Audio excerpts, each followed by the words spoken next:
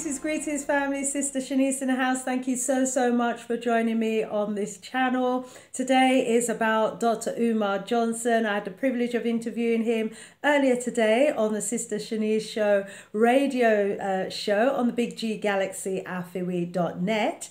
And later on this evening, we then went to the Lighthouse in Camberwell in London to see him deliver his presentation. He was absolutely phenomenal. He took London by storm. So yeah, London town absolutely loves Dr. Umar Johnson. Take a look at the snippets and check it out for yourself.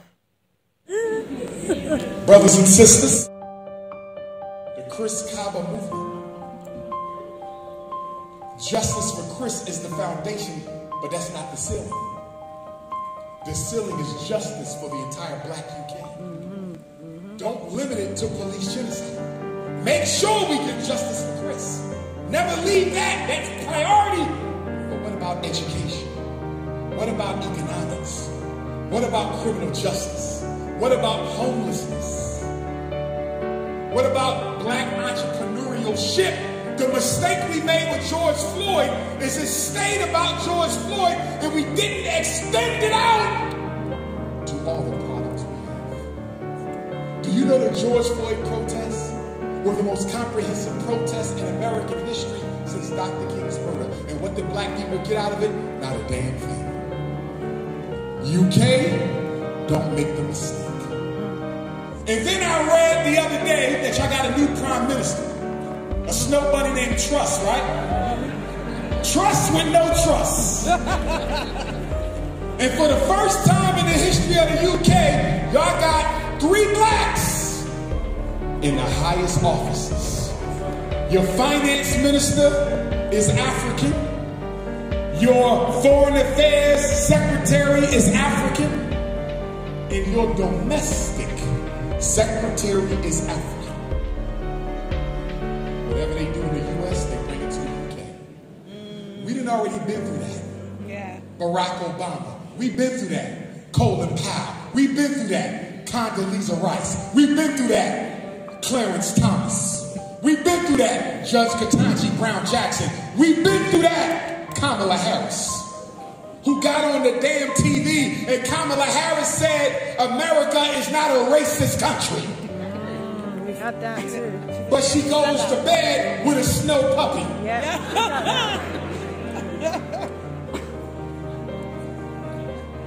You cannot trust Black people who think outside their race. A Black man with a white woman is surrendering to white supremacy. Right. And to my mixed race Africans, I include you in with the rest of us. As long as you identify with the rest of us. I have no problem with my mixed race brothers and sisters.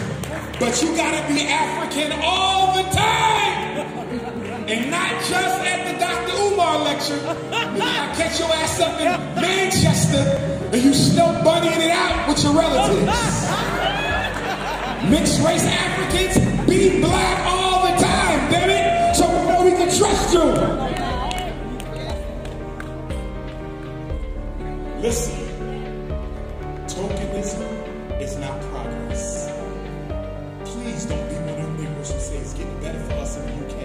Because we got 3 Negroes in the highest levels of government. We had the same thing. And guess what happened? Under Barack Obama, Black people did worse. Because y'all know how this goes, right? Put a Black person out front to make it look like we care about Blacks. And while everybody distracted by the finance secretary and the foreign affairs secretary and your domestic secretary, all the rest of you is catching hell like it ain't no tomorrow. Never let tokenism, never let tokenism fool you as progress. And I tell you something else, UK, don't let democracy distract you from your own personal agenda. In America, we've been brainwashed by voting. And we think that we can vote our way into better schools. We think we can vote our way out of police genocide. We think we can vote our way out of gentrification. We can vote our way out of mass incarceration.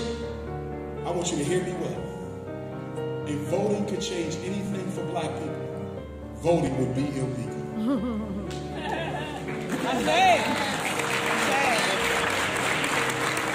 You can't give me one concrete gain blacks in the UK have had since you started voting.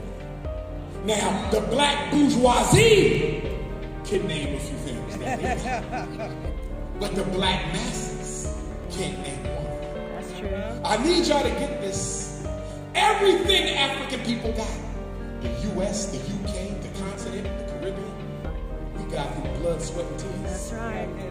We got out of slavery through blood, sweat, and tears. You got equality through blood, sweat, and tears. The civil rights bills, blood, sweat, and tears. You're not getting nothing out of voting.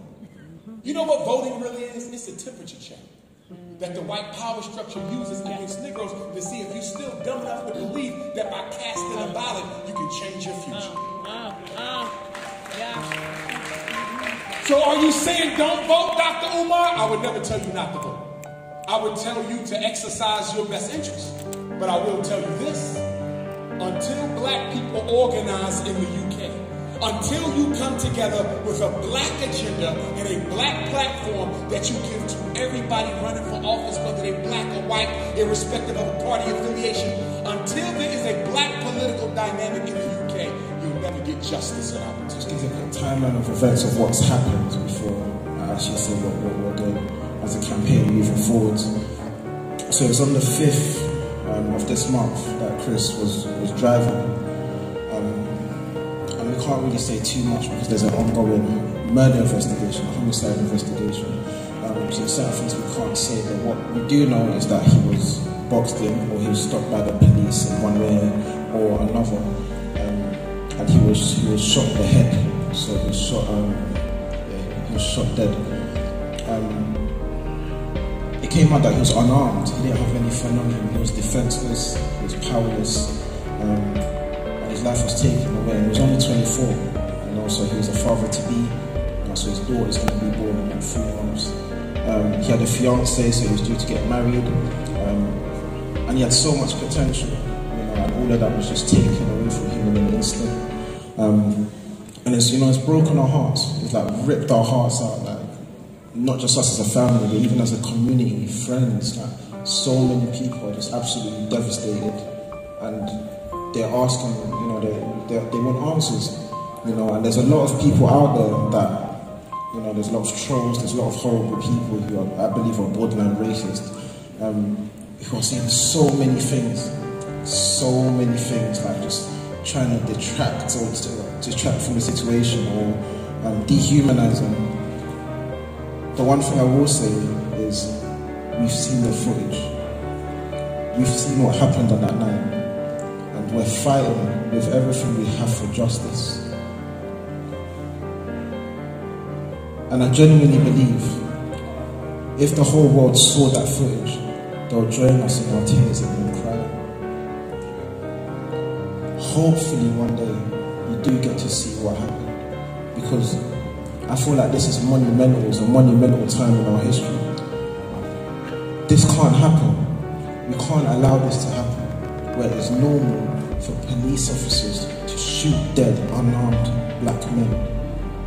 It's not, we're not going to stand for it. And this is much bigger than me, this is much bigger than Chris, this is much bigger than everyone here, this is much bigger than us.